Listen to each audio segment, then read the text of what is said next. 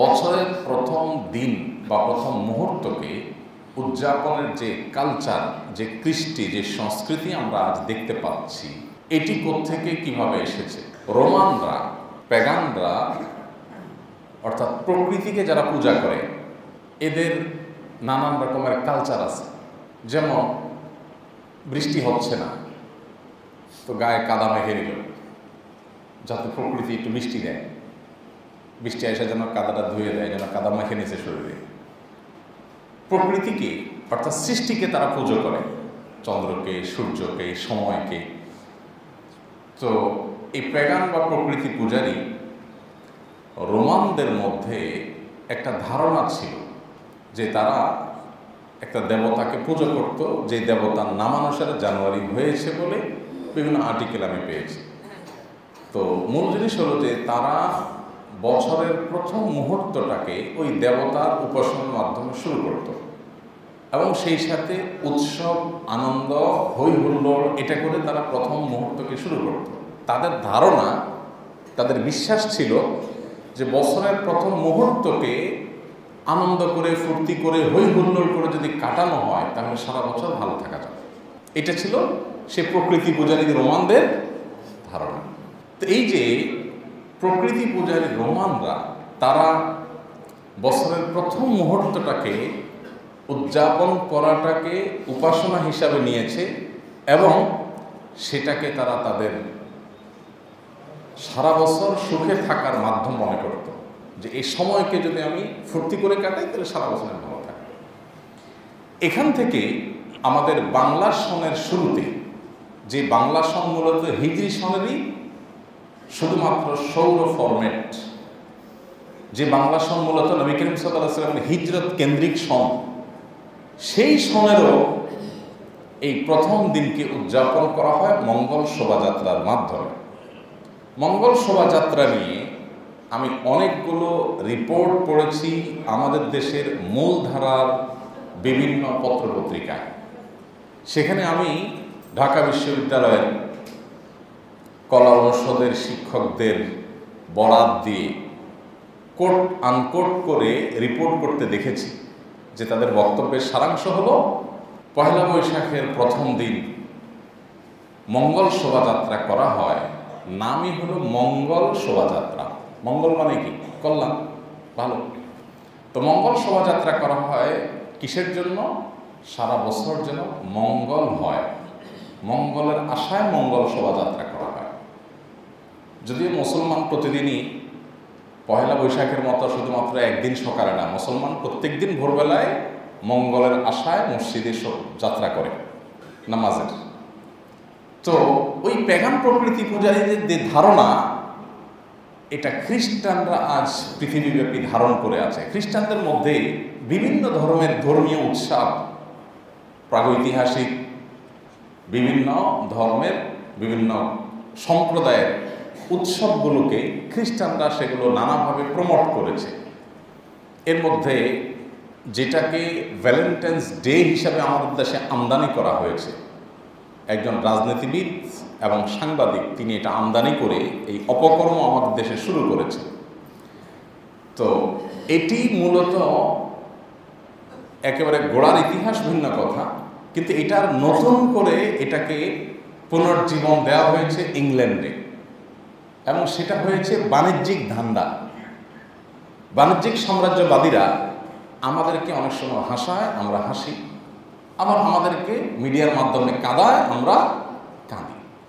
একটা মৃত্যুকে অত্যন্ত মর্মান্তিক, হৃদয়স্পর্শী, একেবারে লোমহর্ষক, গোটা সমাজকে নাড়িয়ে দিতে পারে মিডিয়ার উপস্থাপনের মাধ্যমে। আবার এর চাইতে আরো বহু মর্মান্তিক বহু মৃত্যু, এটাকে গোটা জাতি ভুলে বসে থাকতে পারে মিডিয়ার আচরণের মাধ্যমে। এটা তো আর আমাদের কাছে নতুন কিছু না, আমরা তো জানি। এই সময়টাতে বাণিজ্যিক সাম্রাজ্যবাদীরা তাদের বাণিজ্যিক প্রয়োজনে কোনো কোনো সংস্কৃতি, কোনো কোনো সমাজে আমদানি করে। এই আপনার 14 ফেব্রুয়ারি ভ্যালেন্টাইন্স ডে এনসাইক্লোপিডিয়া বিশ্বকোষের তথ্য মতে ইংল্যান্ডে আমদানি করেছে সেখানকার গিফট এবং আপনার ফুল, এই জাতীয় আইটেমের ব্যবসায়ী যারা, তাদের যে সংগঠন, তাদের যে অ্যাসোসিয়েশন, তারা এটাকে শুরু করেছে সেখানে। কেন? কারণ এই সময়টাতে বরফ ঢাকা থাকে, তাদের ব্যবসার খুব ভয়াবহ অবস্থা থাকে। তো ব্যবসার ঘাটতি পোষাবার জন্য এই দিবস বিভিন্ন দেশে দেশে নিষিদ্ধ হয়ে গিয়েছিল, সেটাকে পুনরায় তারা চালু করেছে এবং তাদের গিফট আইটেমের ব্যবসা, ফুলের ব্যবসা, এগুলো যাতে জমজমাট চলে সেজন্য তারা এইটাকে পয়সা দিয়ে, কড়ি দিয়ে বিভিন্নভাবে সমাজে প্রতিষ্ঠিত করেছে, নতুন করে চালু করেছে।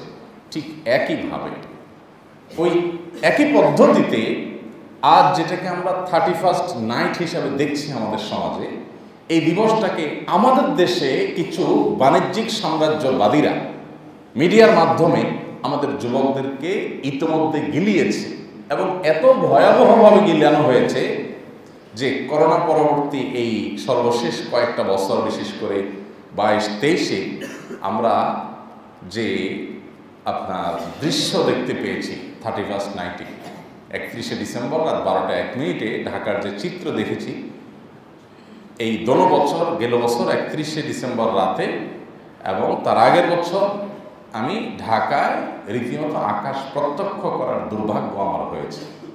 তো এই যে সংস্কৃতি, এই সংস্কৃতি এটা মূলত একটা ধর্মীয় সংস্কৃতি, এর পিছনে একটা ধর্মীয় বিশ্বাস কাজ করে, যেটা আমাদের যুবকরা বা যারা উদযাপন করছে তারা তো বেশিরভাগ জানেও না। তাদের দরকার ফুর্তি। আমরা এমন এক প্রজন্ম গড়ে তুলেছি, এমন এক প্রজন্ম আমরা দেখতে পাচ্ছি যেই প্রজন্মের কাছে ফুর্তি, আনন্দ, উল্লাস, হৈহুল্লোড়, উন্মাদনা, মাতলামি, ভোগ, এটা ছাড়া আর কিচ্ছু তাদের কাছে নাই। আদর্শ বলতে, চেতনা বলতে, আমরা বহু চেতনা বলি, সবচেয়ে বড় চেতনা এদেশে এখন আমাদের কাছে হয়ে গেছে আমি কিভাবে কামাই করব, আমি কিভাবে ভালো থাকবো, আমি কিভাবে ভোগ করব, বাস এটাই আমাদের একমাত্র চেতনা এখন হয়ে গেছে। তো এই প্রজন্মকে আনন্দ, উল্লাস এবং হৈহুল্লোড়ের নাম দিয়ে এই রোমান প্রকৃতি পূজারীদের ধর্মীয় উৎসবটাকে গেলানো হচ্ছে মুসলমানের সন্তানকে। এমনকি আপনারা জানেন গেল কয়েক বছর ধরে প্রতি বছর প্রশাসন চেষ্টা করে, যদিও চেষ্টাটা খুব জোরালোভাবে হয় না, আরও জোরালোভাবে হলে অবশ্যই এটা থেমে যেত, কিন্তু প্রশাসন প্রতি বছরই চেষ্টা করে 31st নাইট উপলক্ষে যাতে কোনো প্রকার আপনার আতশবাজি না হয়, ফানুস উড়ানো না হয়, কোনো রকম পটকা ফুটানো না হয়, বাজি ফুটানো না হয়, এগুলো নিয়ন্ত্রণ করার জন্য নানা সময় তারা বিভিন্ন প্রজ্ঞাপন ইত্যাদি জারি করে। কিন্তু এটুকুর মধ্যে সীমাবদ্ধ থাকে, এগুলোর দৃষ্টান্তমূলক কোনো আইন করে এটাকে বন্ধ করা অথবা থামানো, শাস্তির মুখোমুখি করা, সেরকম কোনো কিছু কার্যকর কিছু হয়নি। ফলশ্রুতিতে কি হয়েছে, আমি শুধু গত বছরের কথাটা বলতে চাই। মানুষ ভুলে যায়, এটা মানুষের প্রকৃতি। আল্লাহ আমাদেরকে সৃষ্টি করেছেন এমনভাবে যে আমাদের মেমোরিতে সবসময় সব কিছু থাকে না। অতীত ভুলে যাওয়া এটা মানবীয় প্রকৃতি। আর সে মানুষ যদি হয় বাঙালি, তাহলে অতীত একটু তাড়াতাড়ি বলে। সাধারণত গোটা বিশ্বের মানুষই অতীত ভুলে যায়, এটা মানবীয় প্রকৃতি।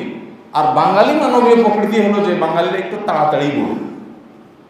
বাঙালিদের যে কোনো ঘটনায় একেবারে কাতর হয়ে যাওয়া, আপনার একেবারে যে কোনো ঘটনা তাকে স্পর্শ করে একেবারে দুর্বল করে ফেলা, এটা খুব তাড়াতাড়ি হয়। বাঙালি আমাদের অবস্থা হয়েছে অনেকটা ওই সিলভারের পাতিলের মতো। সিলভারের পাতিল আগুনের চুলায় দিবেন, দেখবেন ছাত করে গরম হয়ে যাবে। বাঙালি এরকম দেখবেন ছাত করে কি হয়ে যায়, চেতে উঠে গরম হয়ে যায়। আবার যদি সিলভারের পাতিলে পানি দেন, দেখবেন ছাত করে ঠান্ডা হয়ে যায়। তা আমরা এরকম, আমাদের জোশ সব কিছু কি এরকম তাড়াতাড়ি উঠে আবার তাড়াতাড়ি নিভে যায়। এই জন্য আমরা কাউকে সম্মান করলে, মর্যাদা দিলে তার মাথার উপরে না, পারলে বাঁশের উপরে বসে পড়ে। আবার কিছুদিন যেতে না যায়, তার কিছু একটা পাইলেই হলো, তারা তুলোধন্য করে আছাড় দিয়ে মাটিতে আমরা মিশিয়ে ছেড়ে দিই। তো এটা আমাদের প্রকৃতি, তাই না? এই জন্য আমি খুব বেশি পুরাতন ইতিহাসে যাব না, শুধু গত বছরের কথা আপনাদেরকে জানাই। গত বছর 31st নাইট উপলক্ষে আমাদের দেশে অনেকগুলো ঘটনা ঘটেছিল। তার একটি হলো ফানুসের আগুনে একজন ক্ষুদ্র প্লাস্টিকের কারখানা দেওয়া নারী উদ্যোক্তা হালাল উপার্জনের জন্য বেচারি একটা ছোট প্লাস্টিকের কারখানা দিয়েছিলেন এবং প্লাস্টিকের কিছু প্রোডাক্ট তৈরি করে তার ছাদে সেগুলো আপনার থরে থরে সাজিয়ে রেখেছিলেন। এগুলো প্রস্তুত হয়ে গেছে, এখন শুধু ডেলিভারি করবেন। আর যারা ছোট ছোট ব্যবসা করেন আমরা জানি যে তারা মাল তৈরি করেন, ডেলিভারি দেন, আবার টাকা নেন, সেটা নিয়ে আবার তারা ব্যবসা করেন, যেহেতু তাদের পুঁজি খুব অল্প থাকে। তো এই বেচারির পুঁজির ম্যাক্সিমাম টাকা দিয়ে সে এরকম এক লট মাল তৈরি করে ছাদের উপরে সাজিয়ে রেখেছে। এবং আপনারা জানেন, বিভিন্ন টেলিভিশনে নিউজ হয়েছে, পত্রপত্রিকা নিউজ হয়েছে, আপনারা দেখেছেন যে একটা ফানুস এসে, যেহেতু ফানুসে দাহ্য পদার্থ থাকে, ফানুস এসে সেই প্লাস্টিকের উপরে পড়েছে এবং তার সমস্ত প্লাস্টিকগুলো মুহূর্তের মধ্যে আগুনের ছোঁয়া পেয়ে মুহূর্তের ভিতরে গলে সেগুলো শেষ হয়ে গেছে। এই বেচারি তার স্বপ্ন সেখানে দাফন হয়ে গেছে এই 31st নাইটের আগুনে। এর চাইতে মর্মান্তিক যে ঘটনা গত বছর ঘটেছে আপনারা জানেন যে বিকট আওয়াজে 31st নাইটে একটা শিশু উপস্থিত, একেবারে তৎক্ষণাৎ সে মারা গেছে। আমরা এটাও নিউজে দেখেছি, মিডিয়াগুলোতে অনেক নিউজ হয়েছে এটার উপরে। এবং আশ্চর্যের কথা হলো, বাংলাদেশের গুরুত্বপূর্ণ প্রতিষ্ঠানের দায়িত্বশীল ব্যক্তি মন্তব্য করেছেন যে শিশুটার কানে কেন তুলা দেওয়া হয়নি, তাহলে তো মারা যেত না। আওয়াজ হয়েছে তখন কানে তুলা দেওয়া থাকলে তো আর সে মরত না। যাই হোক, সেটা নিয়ে আমাদের কোনো মন্তব্য নাই, আমরা মূল বিষয়ে ফিরে আসি। তো ফানুসের আগুনে একজন ব্যবসায়ীর স্বপ্ন ধুলোর সাথে মিশে যাওয়া আর একটা শিশুর মৃত্যু, বিশেষ করে যে শিশুর মৃত্যু, এই ঘটনা যদি পৃথিবীর কোনো সভ্য সমাজে হতো, পৃথিবীর অন্য যে কোনো একটা দেশে, যে দেশে ন্যূনতম সভ্যতা আছে সেরকম কোনো দেশে ঘটতো, তো এই একটি ঘটনাই গোটা জাতির বিবেককে জাগ্রত করার জন্য যথেষ্ট হয়ে যেত। কিন্তু ওই যে আমরা বাঙালি, যে আমরা ঘটনা ঘটলে খুব তাড়াতাড়ি হাহুতাশ কান্নাকাটি করিডোরে, এরপরে সিলভারের পাতিলের মতো আমরা যেই সেই হয়ে যাই, আমরা ভুলে যাই। একটা শিশু তার মৃত্যুর জন্য যেই সংস্কৃতি দায়ী, সেই সংস্কৃতিকে আসামের কাঠগড়ায় ওঠানো উপযুক্ত না, সেই সংস্কৃতিকে আসামের কাঠগড়ায় ওঠানো উচিত না, কিন্তু না, সেটা উঠাবার কোনো নামগন্ধ নেই। যুবকদেরকে উন্মাদ করে দিন শেষে কিছু ফায়দা হাসিল করা, এখানে কোটি কোটি টাকার বিজনেস জড়িত, বিলিয়ন বিলিয়ন টাকার বিজনেসের সম্পর্ক এখানে আছে। আমরা জানি ফানুসের ব্যবসার সাথে আছে, হোটেলের ব্যবসায়ীর সাথে আছে। কক্সবাজারের সমস্ত হোটেলগুলো অনেক আগে থেকে সবগুলো বুকড হয়ে যায় উপলক্ষে। ঢাকার বিভিন্ন 5 স্টার হোটেলে যেই পরিমাণ অর্থ ব্যয় করা হয় এই রাতের বিভিন্ন আপনার নাইট ক্লাবে, বিভিন্ন রকমের অনুষ্ঠানে, সেই টাকা দিয়ে এই দেশের প্রত্যন্ত অঞ্চলে এই সময়ে, বিশেষ করে উত্তরবঙ্গে, দক্ষিণবঙ্গে অনেক গরিব অসহায় মানুষ শীতের কাপড় কিনবার মতো টাকা নাই এবং সামান্য একটু শীত নিবারণ করবার মতো ঘরের মাথা গোজাবার ঠাইয়ের ব্যবস্থা পর্যন্ত নাই। এই টাকাগুলো দিয়ে সে মানুষগুলোর এই কষ্ট দূর করা সম্ভব, কিন্তু সেটা না। এক উন্মাদনার মধ্যে আমাদের গোটা জাতিকে ফেলে দেওয়া হচ্ছে। এবং গত বছরের আরও একটা দৃশ্য সোশ্যাল মিডিয়ার কল্যাণে আপনারা অনেকে দেখেছেন যে এই 31st নাইটের যে উন্মাদনা, এর যে মাতলামি, এর যে পাগলামি, এটার কারণে বিকট আওয়াজে যখন এক একটা পটকা ফুটানো হচ্ছিল, তখন পাখিরা পুরো পাল ধরে দিক বিদিক ছোটাছুটি করছে। এবং এরকম অনেকগুলো, একাধিক না, বেশ কয়েকটা দৃশ্য, বিভিন্ন ফুটেজ আমাদের সামনে এসেছে, আমরা দেখেছি যে পটকার আওয়াজ হচ্ছে আর পাখিরা পাগলের মতো ভয়ে আতঙ্কিত হয়ে চতুর্দিকে ছুটোছুটি করছে। আমরা যারা পরিবেশের কথা বলি, এই 31st নাইটের কালচার কি পরিবেশের জন্য খুব বেশি উপযোগী? আমরা যারা প্রাণী সম্পদ রক্ষার কথা বলি, জৈব জীববৈচিত্র্য রক্ষার কথা বলি, এই কালচার কি তার সাথে যায়? কিন্তু অদ্ভুত একটা বিষয় দেখবেন, যারা জীববৈচিত্র্য রক্ষার কথা বলে, যারা প্রাণী সম্পদ রক্ষার কথা বলে, যারা পরিবেশ রক্ষার কথা বলে, এই মানুষগুলো দেখবেন যে এই ইস্যুতে একেবারে তাদের মুখে কুলুপ, কোনো কিছু বলবে না। কোরবানির সময় আসলে তারা আবার জেগে ওঠে, কোরবানির সময় আসলে তারা আবার জেগে ওঠে। তারা তখন বলে যে এতগুলো প্রাণী একসাথে হত্যা করা হচ্ছে, জবাই করা হচ্ছে, এবং কোরবানির পশুর রক্তে পরিবেশ দূষিত হয়ে যাচ্ছে। তখন দেখবেন তারা আবার লম্বা লম্বা বাণী দিচ্ছে, তাই না?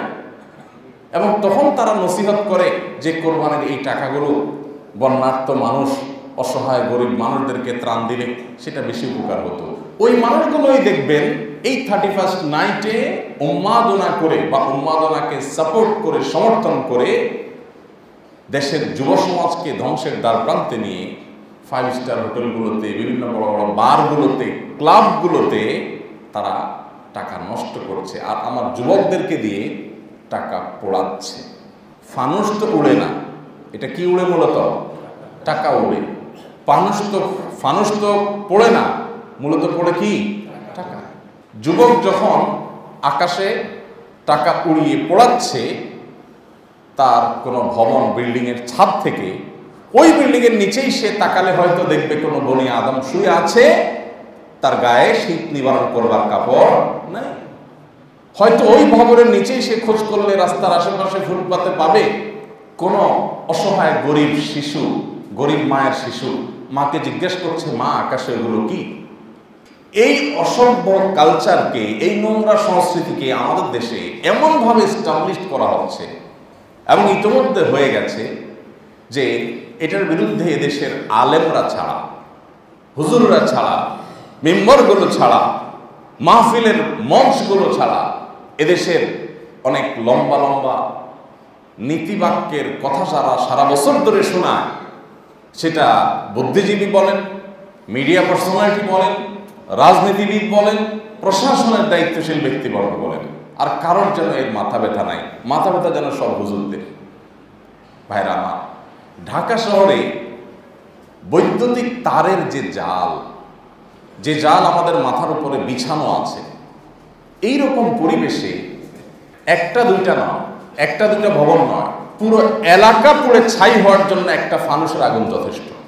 আমি একটা পত্রিকা দেখেছি যে এয়ারপোর্ট সংশ্লিষ্ট এলাকায় সংশ্লিষ্ট দায়িত্বশীল একজন ব্যক্তি আশঙ্কা করে জানিয়েছেন যে যেভাবে ফানুস পোড়ানোর কালচার আমাদের সমাজে ডেভেলপ হচ্ছে, এটাকে সামনের দিকে নেওয়া হচ্ছে, এমনকি এটা নাকি আপনার রাষ্ট্রীয় আইনে অবৈধ কিছুও না, এটা নাকি আপনার ট্যাক্স ভ্যাট দিয়েই দেশে প্রবেশ করে, সংশ্লিষ্ট কর্তৃপক্ষরা জানিয়েছেন। তো এয়ারপোর্টে সংশ্লিষ্ট এক দায়িত্বশীল ব্যক্তির কথা আমি পত্রিকা পড়েছি যে তিনি বলেছেন এয়ারপোর্টের আশেপাশে এগুলো যেই কোনো মুহূর্তে বড় ধরনের দুর্ঘটনার কারণ হতে পারে। আপনারা জানেন এই ফানুসের কালচারটা ঢাকায় তুলনামূলকভাবে বেশি হয় পুরান ঢাকায়, এবং কেনা বেচাগুলো সব সেখান থেকে হয়, সব প্রশাসনের নাগালে চোখের সামনেই হয়, এবং সেগুলোর কারণে যে ভয়াবহ চিত্রের মুখোমুখি আমরা গত বছর হয়েছি, এই বছর যে তার চাইতে নির্মম কিছু হবে না, ভয়ঙ্কর কিছু হবে না, সেটা একমাত্র আল্লাহ ছাড়া বলতে পারে না। ভাইরা আমার, তাহলে এখন আমাদের কি করতে হবে? প্রথম কথা হলো, আমরা সবাই জানি আমাদের এদেশের মানুষের, বাঙালির ধর্ম, বাঙালির সংস্কৃতি এবং যুক্তি, এই তিনটার কোনোটাতেই এই দিবস উদযাপনের কোনো সুযোগ নেই। আপনি ধর্মের কথা যদি বলেন, আপনার 31st নাইটের সাথে বাঙালির মুসলমানের ধর্মের কোনো সম্পর্ক আছে? হিন্দুর ধর্মের কোনো সম্পর্ক আছে? এমনকি খ্রিস্টানেরও ধর্মের সম্পর্ক নাই, বৌদ্ধেরও ধর্মের সম্পর্ক। এদেশে যত ধর্মের মানুষ বসবাস করে, কারোর ধর্মীয় বিশ্বাসের সাথে এই 31st নাইটের কালচারের কোনো সম্পর্ক ন্যূনতম নাই। এরপরে আসুন, বাঙালির যে সংস্কৃতি, যেটা ধর্ম বর্ণ নির্বিশেষে এই অঞ্চলের সংস্কৃতি, এই অঞ্চলের যে ট্র্যাডিশন আছে, সেই সংস্কৃতির সাথে, সেই ট্র্যাডিশনের সাথে, সেই কালচারের সাথে এই 31st নাইটের ন্যূনতম কোনো সম্পর্ক। এবার আসুন যুক্তির নিরিখে একটু দেখি অল্প করে। 31st নাইট উপলক্ষে যে উন্মাদনা করা হয়, উৎসব করা হয়, ফুর্তি করা হয়, আপনার বেলুন উড়ানো হয়, ফানুস উড়ানো হয়, পটকা ফুটানো হয়, গান বাজনা নৃত্যের তালে তালে ফুর্তি করা হয়, উল্লাস করা হয়, এর যৌক্তিকতাটা কি? একটা বছরের শুরুতে যদি আনন্দ উৎসব করতে হয়, কেন? কারণ নতুন বছর আসছে, অনেক নতুন জিনিস আমাদেরকে আনন্দ দেয়, তাই না? নতুন জামা আমাদের আনন্দের কারণ হয়, হ্যাঁ, নতুন বউ ঘরে আসলে পরিবারের সবাই আনন্দিত হয়, নতুন অনেক কিছুই আমাদেরকে আনন্দ দেয়। সেই হিসেবে যদি আমি ধরে নেই, ঠিক আছে, নতুন বছর আসছে সেজন্য আনন্দ করবে, এটা যদি আমি ধরে নেই এই যুক্তি, তাহলে আমার প্রশ্ন হলো, যেই বছরের আগমন বা যার আগমনে আপনি খুশি হন, যার আগমনে আপনি উৎসব করেন, তার বিদায়ে তো আপনার বেদনাহত হওয়ার কথা। আমার কথা কি বুঝাতে পারছি? যাকে দেখলে, যে আসলে আপনি খুশি হন, সে চলে গেলে তো আপনি ব্যথিত হওয়ার কথা, তাই না? আপনার প্রিয়জন বিদেশে আছেন, অনেকদিন পরে এসেছেন, আপনার অনেক আনন্দ হয়, তাই না? ওই প্রিয়জনটা যখন আবার বিদায় নিয়ে চলে যায় বিদেশে, তখন আপনার কষ্ট হয় না? যার আগমনে আনন্দ হয় মানুষের, তার বিদায়ে বিয়োগে মানুষের বেদনা হয়, তাই না? এটাই তো যুক্তি বলে। তাহলে এবার আসুন, একটি বছরের আগমন, নতুন বছরের সূচনা, এটা যদি আমাদের আনন্দের কারণ হয়, খুশির কারণ হয়, উৎসবের কারণ হয়, উল্লাসের কারণ হয়, ঠিক একই সময় তো একটা বছর বিদায়ও হয়েছে, ঠিক একই সময় তো আগের বছরটা চলেও গেছে। তো হে যুবক, তোমার বিবেকের কাছে আমার প্রশ্ন, তুমি নতুন বছরের আগমনে যে হাসছো, উৎসব করছো, উল্লাস করছো, উন্মাদনা করছো, তুমি কি পুরাতন বছরের, বিগত বছরের বিদায় কেঁদেছ? যদি না কেঁদে থাকো, আমাকে উত্তর দিতে হবে না, তোমার নিজের বিবেককে তুমি উত্তর দাও, বিবেকের কাছে প্রশ্ন রাখো, দেখো কোনো সদুত্তর পাও কিনা, যে আমি যে বছরের আগমনে আনন্দ করছি, ঠিক তার আগের মুহূর্তে যে একটা বছর চলে গেল আমার জীবন থেকে, তখন কি আমি কেঁদেছিলাম? তাহলে যার বিদায়টা আমার কান্নার কারণ না, বেদনার কারণ না, কষ্টের কারণ হয় না, তার আগমন কিভাবে আমার আনন্দের কারণ হতে পারে? কোন যুক্তিতে হতে পারে?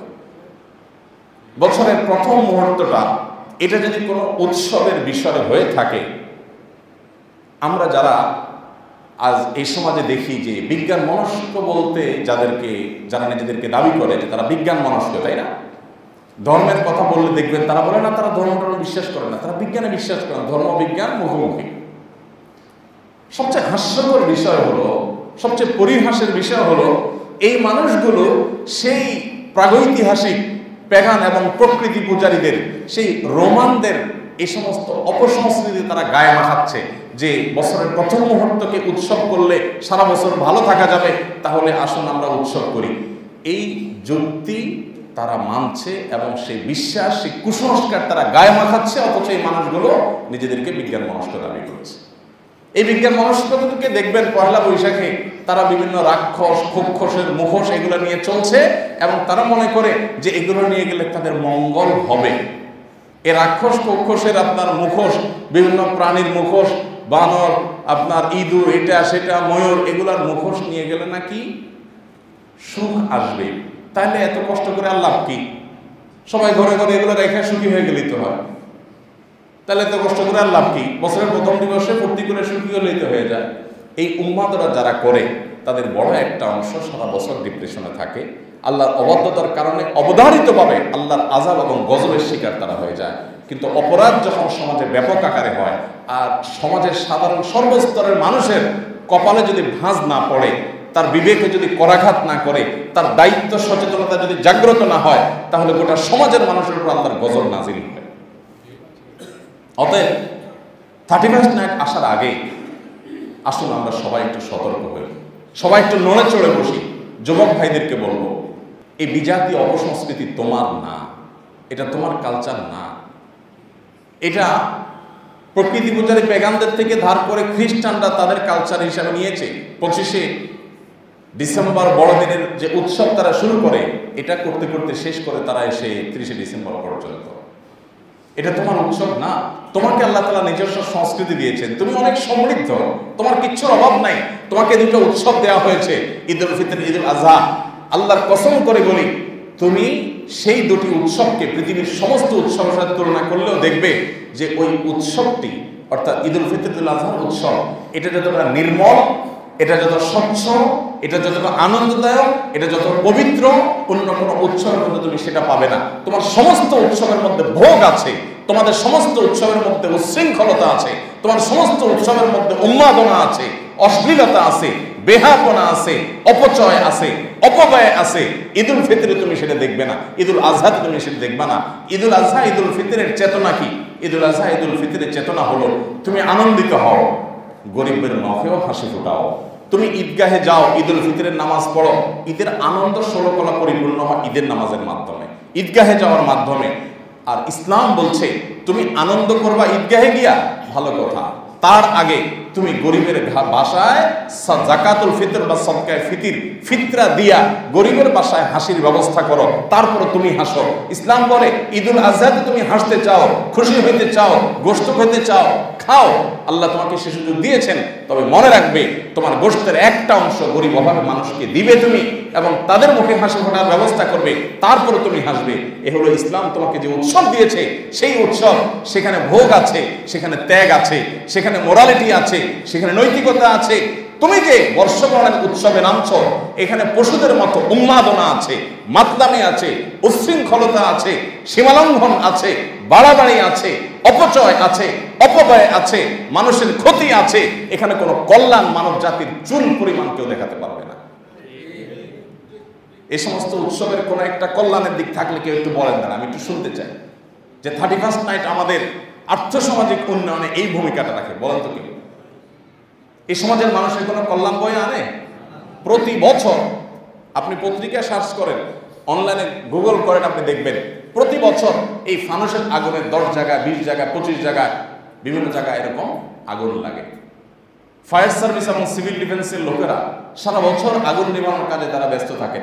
সবচেয়ে বেশি তাদেরকে ব্যস্ত থাকতে দেখা যায় এই সময়ে। এবং প্রতি বছর 31st নাইট আসার আগে ফায়ার সার্ভিস এবং সিভিল ডিফেন্সের পক্ষ থেকে সতর্ক করা হয় যেন যে কোনো মূল্যে ফানুস উড়ানো বন্ধ করা হয়। আমি আবারও বলছি, যেই ঢাকা শহর, যেই চট্টগ্রাম শহর, যেই দেশ এলোমেলোভাবে পুরোটা দেশের সমস্ত শহরগুলো আমাদের মাথার উপরে জালের মতো বৈদ্যুতিক তারে ছেয়ে আছে, সেই শহরে ফানুস উড়ানোর বৈধতা দিতে পারে, এটা একমাত্র উম্মাদ দিতে পারে। কোন বিবেক সম্পন্ন মানুষ কখনো এটার বৈধতা দিতে, এটার জন্য একটা জাগরণ প্রয়োজন, এটার জন্য একটা জাগ্রত হওয়া প্রয়োজন, এটার জন্য আমাদের বিবেকগুলো নাড়া দেওয়া প্রয়োজন। আসল সামাজিক আন্দোলন গড়ে তুলি কোনো ভবন থেকে। আমি ঢাকা শহরে গত বছরের আগের বছর 31শে ডিসেম্বর আমি একটা এলাকায় থাকতাম, সেখানে আমার মাথা গোজার একটা জায়গা ছিল। তো সেখানে এই উন্মাদনা হচ্ছে জেনে আমি আমার সর্বশক্তি দিয়ে সেটার প্রতিবাদ করেছি। আপনারা আর কিছু না পারেন, 999-এ ফোন করে আপনারা অন্তত জানাতে পারেন, তাহলে প্রশাসনের ব্যক্তিবর্গ টের পাবে, অনুমান করতে পারবে অন্তত যে এদেশের কত মানুষ এই কালচারে অতিষ্ঠ। অন্তত আমরা তাদেরকে নোটিস করতে পারি যে আমরা তো এই কালচারে অতিষ্ঠ। রাত 12টা 1 মিনিটে বিকট আওয়াজে আপনি গোটা পরিবেশকে ধ্বংস করে ফেলবেন, এটা কোনো সভ্য সমাজে গ্রহণযোগ্য হতে পারে। আমাদের দেশে ধর্মের নামে, রাজনীতির নামে, বিনোদনের নামে যে পরিমাণ শব্দ সন্ত্রাস হয়, পৃথিবীর কোনো দেশে, কোনো সভ্য সমাজে সেগুলো মানুষ কল্পনাও করতে পারে না। পৃথিবীর অনেক দেশের মানুষ কথা বললে পর্যন্ত আস্তে আস্তে কথা বলে, আর আমরা ওয়াজ মাহফিলের মাইক 3 কিলোমিটার দূর পর্যন্ত লাগায়া ফুল ভলিউম চালাই দিয়া রাত 12টা 1টা 2টা পর্যন্ত মানুষকে জোর করে ওয়াজ শুনে। আমরা ভোট চাইতে হলে পাবলিক ভোট দিবে না, পাবলিকের 14 গোষ্ঠী ভোট দিবে, এইভাবে ভোট চাওয়ার জিকিরের মাইক লাগাই দেয় যে দিল থেকে বদ্ধ ছাড়া আর কিছু আসে না। আপনাদের কি ফিলিংসে যায় না? আমার একই ফিলিংস হয় যে একটু ফোনে কথা বলতে পারি না, একটু মনোযোগের সাথে একটা কাজ করতে পারি না, চতুর্দিকে মাইকের আওয়াজে অতিষ্ঠ করে ফেলা হয়। সেটা ধর্মের নামে কখনো হয়, রাজনীতির নামে কখনো হয়, আবার কখনো বিনোদনের নামে হয়। আপনার বিয়ে, আপনার আকিকা, আপনার এটা, আপনার সেটা, এ উপলক্ষে আপনি ব্যান্ড পার্টি এনে ভাড়া করে গানের আওয়াজ, গোটা গানের আওয়াজে গোটা সমাজকে অতিষ্ঠ করে তুলছেন। আল্লাহর কসম, এর চাইতে বড় অসভ্যতা, এর চাইতে বড় বর্বরতা, এর চাইতে বড় অযৌক্তিক কর্মকাণ্ড আমাদের সমাজে, এর চাইতে জটিল সমস্যা অন্তত এই সামাজিক এই ধরনের সমস্যাগুলোর মধ্যে আরেকটা পাওয়া কঠিন। এটার বিরুদ্ধে একটা জাগরণ গড়ে তুলতে হবে। আমি এই ভূমিপল্লীতে যখন ছিলাম, আমার মনে আছে একদিন গভীর রাতে এরকম আওয়াজ শুনে আমি একা গেঞ্জি গায়ে দেওয়া লুঙ্গি পরা অবস্থা আমি নেমেছি এবং গিয়ে দেখেছি যে ধুমধড়াক্কা গান চলছে, এবং যেয়ে বললাম যে আল্লাহকে ভয় করুন আর নিজের বিবেককে জিজ্ঞাসা করেন। আপনার গানের আওয়াজ আমার ঘুম ভেঙেছে। কত মানুষ সকালে হয়তো ডিউটি করবে, অনেকে দিনে ডিউটি করছেন, নাইটে ঘুমাচ্ছে, অনেক বাচ্চা সকালে স্কুল মাদ্রাসায় যাবে, অন্য অনেক মানুষ আছে যারা আপনার এই আওয়াজ শুনতে চাচ্ছেন না। অনেকে হয়তো মানসিক টেনশনে আছে, কেউ হয়তো বাবার লাশ নিয়ে অপেক্ষা করছে, আর আপনি ফুর্তির গানের আওয়াজ আমাকে অতিষ্ঠ করছেন। আপনার মতো একটা অসভ্য মানুষ তো সমাজে চিন্তা করা যায় না। আপনি অবাক হবেন যে যুবকরা যারা নিজেদেরকে অনেক বিজ্ঞান মনস্ক মনে করে, শিক্ষিত মনে করে, কলেজ বিশ্ববিদ্যালয়ে পড়ে, সেই সমস্ত যুবকদের কেউ যখন এটাতে লিপ্ত হয়, আমার কাছে অবাক লাগে এই সমাজ যাচ্ছে কোথায়। এই জন্য সামাজিক আন্দোলন গড়ে তুলতে হবে। প্রত্যেকটা মানুষ যার যার সমাজে, যে 31st নাইটের কোনো উন্মাদনা আমার সমাজে আমরা হতে দেব না। মসজিদ থেকে কমিটি করতে হবে, যুবকরা কমিটি করতে হবে, এবং পরিবারের দায়িত্বশীলরা দায়িত্বশীল হতে হবে। ভাইরা আমার, যে সমস্ত বাবারা সন্তানদেরকে টাকা দিচ্ছেন, এক একটা ফানুস 2000 থেকে 15,000 টাকা পর্যন্ত দাম, আরো কম বেশি থাকতে পারে, পত্রিকা আমি দেখেছি এই রেঞ্জের কথা। আপনি টাকা দিচ্ছেন, আল্লাহ সুবহানাহু ওয়া তাআলা কিয়ামতের ময়দানে জিজ্ঞাসা করবেন সম্পদ উপায় কামাই করছো কিভাবে, আবার ব্যয় করছো কিভাবে। এগুলো সমাজের বিস্ফোরণ। এদের বেশিরভাগই দেখবেন এদেশের জনগণের টাকা রক্তে চোষার মতো করে চুষে নেয়, আর সেটাকে আবার ফানুসের আগুন দিয়া জনগণকে পোড়ায় মারে। সেটা হতে পারে কোনো সরকারি চাকরিজীবী, সেটা হতে পারে কোনো বেসরকারি চাকরিজীবী, সেটা হতে পারে অন্য কোনো পেশার মানুষ। কিন্তু দিন শেষে দেখবেন ওই হারামখোরদের হারাম টাকাই এই অযৌক্তিক কাজে, অন্যায় কাজে ব্যয় হতে তাদের কোনো বিবেকে বাঁধে না।